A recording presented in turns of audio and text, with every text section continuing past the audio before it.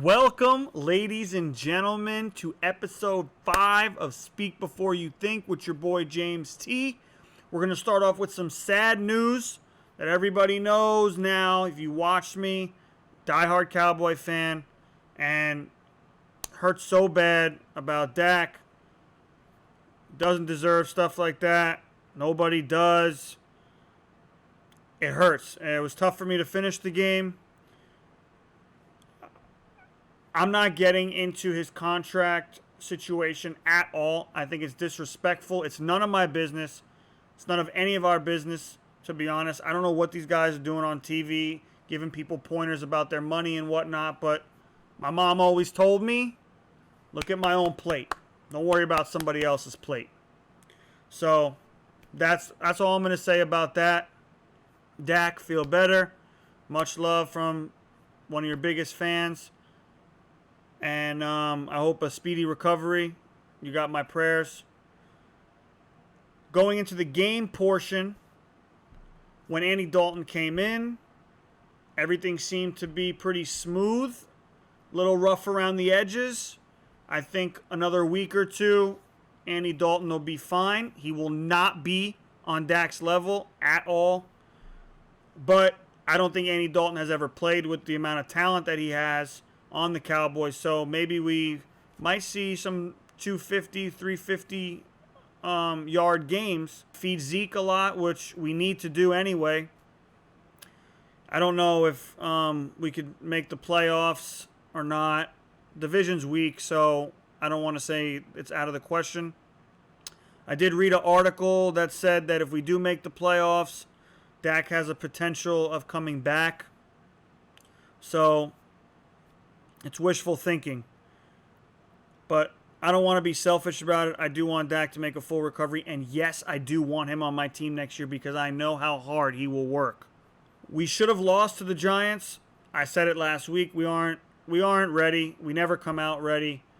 So the fact that we came out with the win, we can hang our hat high on that. But other than that, I wasn't impressed with that game anyway. The Giants are a terrible team. Chiefs, Raiders. Great game between them. Halftime came. Gruden made incredible adjustments that the Chiefs couldn't keep up with. They ran the ball. They kept the ball away from Mahomes. They gave him a chance at the end. Couldn't convert. And the rest is history. I think Gruden did a phenomenal job. That will not be the last game we see them playing. I would really like to see the Raiders make the playoffs. And see a Chiefs-Raiders playoff game, whether it's divisional or anything like that. That would be great. Because I think Gruden is actually phenomenal. A lot of people give him a lot of flack, but he really is a phenomenal coach. Bucks Bears. That was an interesting Thursday night game. Foles got into a rhythm. It took him a little bit of time to do it, but when he did, it felt like he had control over the team. They kept the ball away from Brady. Bucks have a few injuries on offense, and maybe that didn't help, but the Bears look good. And I think we should be a little concerned, if you're an NFC fan, that the Bears could make some noise. They really could. I actually think that they could make more noise than we might be predicting. They seem well coached. So we'll see how that goes. Bucks need to put some things together, though. They need to put some more pieces together, some chemistry issues. I see that. I think they'll clean up. Falcons, Panthers. Falcons will probably get top 3 pick. They're bad. They fired Quinn. Cool with it. Deserved it.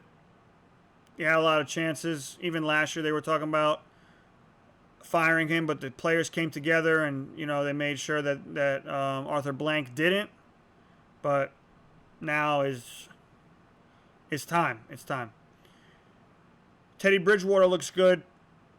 I think he had like 300 and something yards and two touchdowns. So he looks comfy in that system. Looks pretty simple. It's not really built around him. It's built around the running game. Cool with it. Totally cool with it. Have I ever said that the Jets suck? I don't remember if I have, but let me just refresh. The Jets suck. And the Cardinals mopped them up and down the field the whole time on Sunday. It was like drag this way, drag this way. It was just all over the place. Kyler Murray 380 yards. Forget it. We're not going to go into it. It's a waste of time. Steelers Eagles was a decent game. It wasn't bad. Steelers look really good though.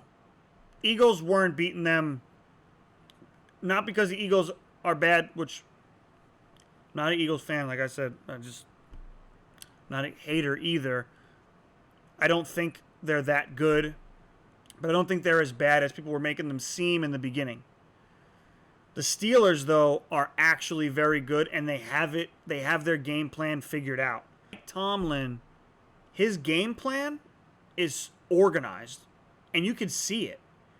And they know, like, the Steelers players know how to run.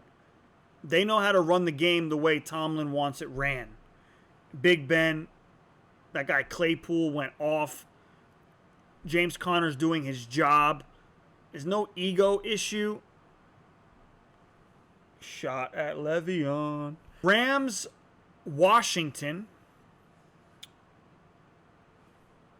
Really? Really? Anyway. So, I will say something positive about the Redskins, though. Alex Smith came back, looked good. Aaron Donald jumped on his back. His leg didn't break. I was nervous the whole time. My anxiety was through the roof when I was watching him play. I didn't want him to get touched. It was, yeah. Rams look like the Rams from a few years ago where they letting it fly. Comfy. Jared Goff looks comfy back there. Letting it rip to Robert Woods, Cooper Kupp. Henderson looks like a beast. So they're going to be fine. I said a couple weeks ago that they were going to be the Rams of old, and check it. It's happening. Ravens Bengals. Okay, Ravens won. Next. Texans Jaguars. Texans got their first win. That was impressive after Bill O'Brien got fired. Ironically, don't know why that happened. So, I think in week 1 I said that the Jaguars were a fake good team. And it's exactly what they are, because if you look right here, which you can't see it, they're 1-4. So, we will see how they end their year. Gardner, Minshew magic, sure. So, Texans might turn this thing around, because last year they started off like 0-4, 0-5, and then won like 11 in a row. Some crazy shit. So I believe in them, but the Jaguars, I have no reason to believe that they might do anything. This is my favorite game of the week I'm about to bring up. Dolphins, Niners. Dolphins beat the Niners 43-17. Jimmy Garoppolo gets pulled from the game. Get the fuck out of here. Got pulled. Okay? I don't think the Miami Dolphins are a bad team. They show up every single Sunday and bust their ass to make sure that they put out the best product on the field that they can. I don't care the names of any player.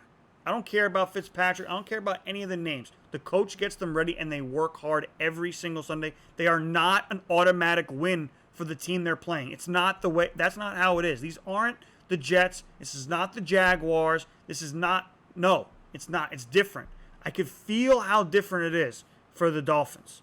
Maybe the fans don't like it because they want a high pick, but you ain't getting one because they're going to sneak away with 6-7 games this season. Mark my words. So, the Niners, we're not even into them. I don't know when they're going to figure it out or get back in that groove from last year, but we'll give them a couple weeks. Browns beat the Colts 32-23. That was a good game, actually, but the Browns look like things are coming together. Now, what I will say about the Browns is that Odell Beckham, Jarvis Landry, Kareem Hunt, Baker, they're all not worried about the touches going to the other one. I felt like last year they were.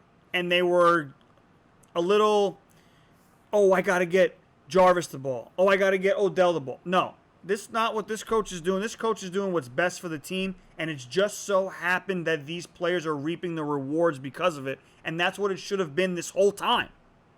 Freddie Kitchens, I know a few weeks ago I'm saying until they show me that they're good, I'm not going to speak positively about them. They still suck, but they're playing good. So now I have to acknowledge that. That's just facts. Vikings, Seahawks, oh man, that was the Sunday night game. That game was so crazy. So Seahawks just looked deflated all through the first half. Second half comes, and here comes Russell Wilson. Boy, oh boy. Man, he had 21 and 3 touchdowns in the third quarter, Seahawks.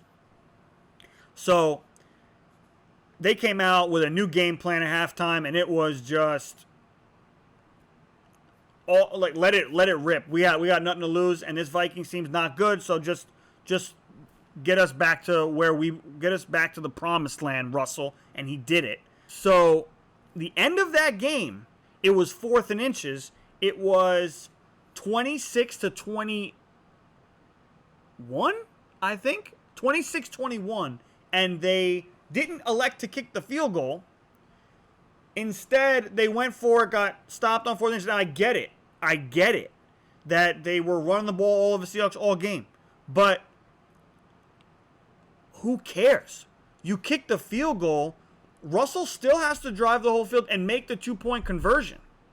The 2-point conversion to me is solidifying me kicking that field goal. 2-point conversions aren't a gimme. I'll take Russell having to get a 2-point conversion on me. Will he get it? Maybe. But if he goes down the same way he's going to go down the field if you miss this 4th down, he's going to win the game the other way. So I might as well just let him tie it or stop him. No, the guys, these expert analysts, oh, well, the statistics show that he might have got a 1st down. Yeah, well, how'd it work out? The statistics show that so-and-so was supposed to do this, that. Fuck you. Seriously. Shut that shit up. I'm so tired of that bullshit analysis. Oh, ESPN stats and info, and Elias says this. Really? Well, go on and ask the Vikings coach if his job's in jeopardy and how those statistics worked out for him. Didn't work out too well. They're 1-4. They could have been 2-3, and the Seahawks would have been 4-1. And that division would look a little different. Instead, we have a 5-0 team, and you're 1-4. Right. Okay. Monday night, last night, great game. Saints, Chargers, and another team that blew it. So, Chargers had the game basically in the bag, and all of a sudden, things just started unraveling like a ball of yarn or something. I mean, look, you know what that was? It was a young team not knowing how to close. That's all it was. And it was a veteran team knowing how to make sure they don't know how to close. So, Breeze handles business, rushing touchdown, throwing touchdown, or whatever, reach over the fucking thing, rushing, right? Anyway, Herbert looked good. I ain't blaming any of the game on Herbert, but they didn't know how to close the game out. It was sad to see that they didn't know how to close it out because Herbert deserved that win.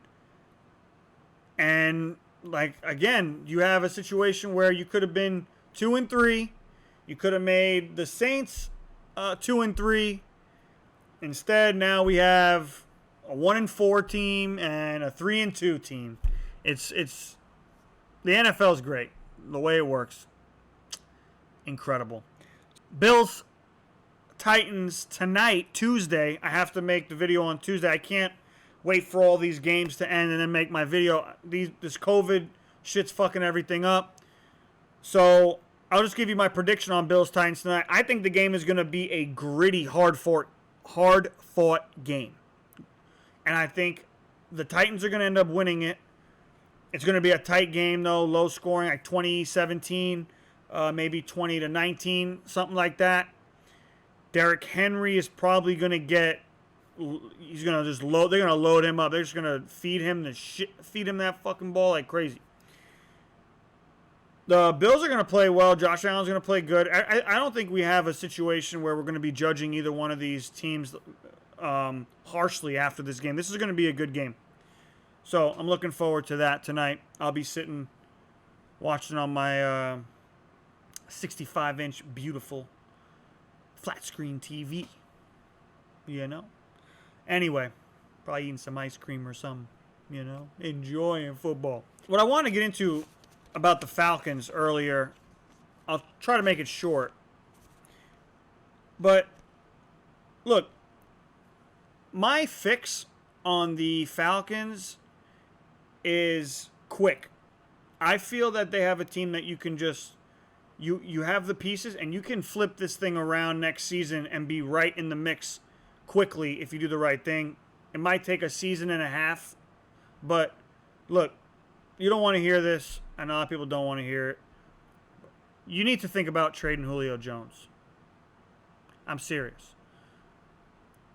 And it's not because Julio's not elite, and it's not because he's not one of the best wide receivers in the league. I still think right now Julio Jones is top 3. So don't come at me with that shit. But I'll say this. Calvin Ridley is good enough to be number 1 on the Falcons. You agree? Okay, great. Gage is good enough to be number 2. Okay, great. Okay? Gurley's done. After this season, I'm just saying on my Gurley, I don't need Gurley. It was good for maybe to try to do something this year, but it didn't work, right?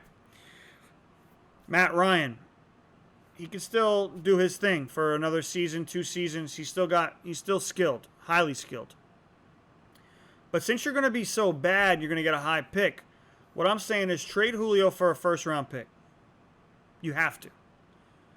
Trade him to a team that needs Julio, but also could fall off this year. I'll use the Colts as an example.